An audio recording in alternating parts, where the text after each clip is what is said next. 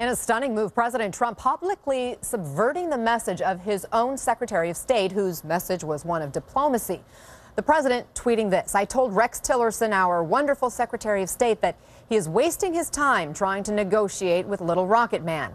Save your energy, Rex. We will do what has to be done." Now, he went on to say, being nice to Rocket Man hasn't worked in 25 years. Why would it work now? Clinton failed, Bush failed, and Obama failed. I won't fail. Just one day ago, during a trip in Beijing, Secretary Tillerson revealed the U.S. has direct lines of communication with North Korea. He said he is probing to find ways to resolve tensions over North Korea's nuclear weapons. Tillerson says his goal is to try to, quote, calm things down. And then in another bizarre move, the White House contradicting the president's tweets. A senior administration official tells CNN, "We are still committed to the diplomatic approach on North Korea." Let's bring in Ryan Brown, CNN's Pentagon reporter. Ryan, what is remarkable here is the president is publicly disagreeing with not only his Secretary of State, but his Secretary of Defense and other senior officials there in the White House. Well, it was definitely a loud message, and taking place while Secretary Tillerson was in China, and of course China being a key player in any U.S. attempt to get North Korea to curb its missile and nuclear activity.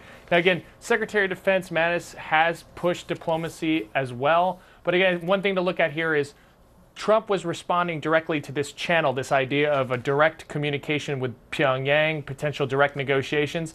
There are other diplomatic initiatives, and I think that's what the administration is focused on, like Secretary Mattis and Secretary Tillerson, that's working to get China on board, working through the UN to do additional sanctions, but could be a little bit of a good cop, bad cop scenario here, where Trump is applying pressure via Twitter while the diplomacy efforts are done by Secretary Tillerson in Beijing. But what kind of impact does this have on Tillerson's effectiveness as Secretary of State, his ability to try to negotiate? Well, I think it definitely, in terms of these channels with North Korea, it's going to cause them to have questions as to exactly what they can expect the U.S. message to be potentially. You know, they're seeing these kind of very different, one attempt to kind of temper things down a little bit through Secretary Tillerson, and another from President Trump, really ruling out any direct negotiations, it would appear, with Pyongyang through his tweets. So again, it'll be interesting to see kind of which approach the U.S. Actual U.S. Folks executing the foreign policy, Tillerson, Mattis, etc., what approach they take moving forward. Could the president's tweets risk taking that diplomatic option off the table? Well, I think it may risk the actual direct communications through these kind of back channels with Pyongyang, but I don't think I think U.S. military officials, State Department officials have long said that diplomatic efforts with China, with other countries in the region, South Korea, Japan, at the UN will continue because there are military options. The Pentagon's constantly working on those plans, but they have publicly said that diplomacy, there will always be a diplomatic option. Anna? All right. Ryan Brown for us at the Pentagon. Thank you. Now, while diplomatic efforts to calm things down between the U.S. and North Korea go on, new information is turning up in the mysterious death of an American college student just days after his detention in North Korea ended. CNN's Brian Todd has the story. Anna, the controversy over Otto Warmbier's death is intensifying. The North Koreans are pushing back hard right now to the Warmbier family's allegations that he was tortured while in their custody. And veteran coroners are complaining that we may never know for sure because of a decision the Warmbier family made. The mystery over what happened to Otto Warmbier while he was in North Korean custody is deepening. Kim Jong-un's regime now denies allegations that the 22-year-old college student was tortured during the 17 months they held him. President Trump tweeted this week, Otto was tortured beyond belief by North Korea. Warmbier's parents told their story to CNN. Otto was systematically tortured and intentionally injured by Kim and his regime. Warmbier's father says after his son was returned from North Korea in June in a vegetative state, and before Otto died a few days later, he examined his son's bottom teeth and found what he says is evidence of torture. His teeth look like they had been rearranged with a pair of pliers.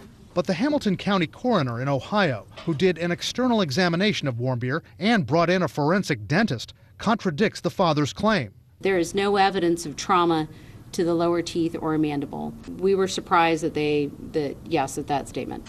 The coroner says their post-mortem examination found no obvious signs of torture, but we may never know for sure. Warmbier's family declined a full autopsy, and the coroner went along with that request. Dr. Victor Whedon, a forensic pathologist who's investigated hundreds of murders, says that was a mistake.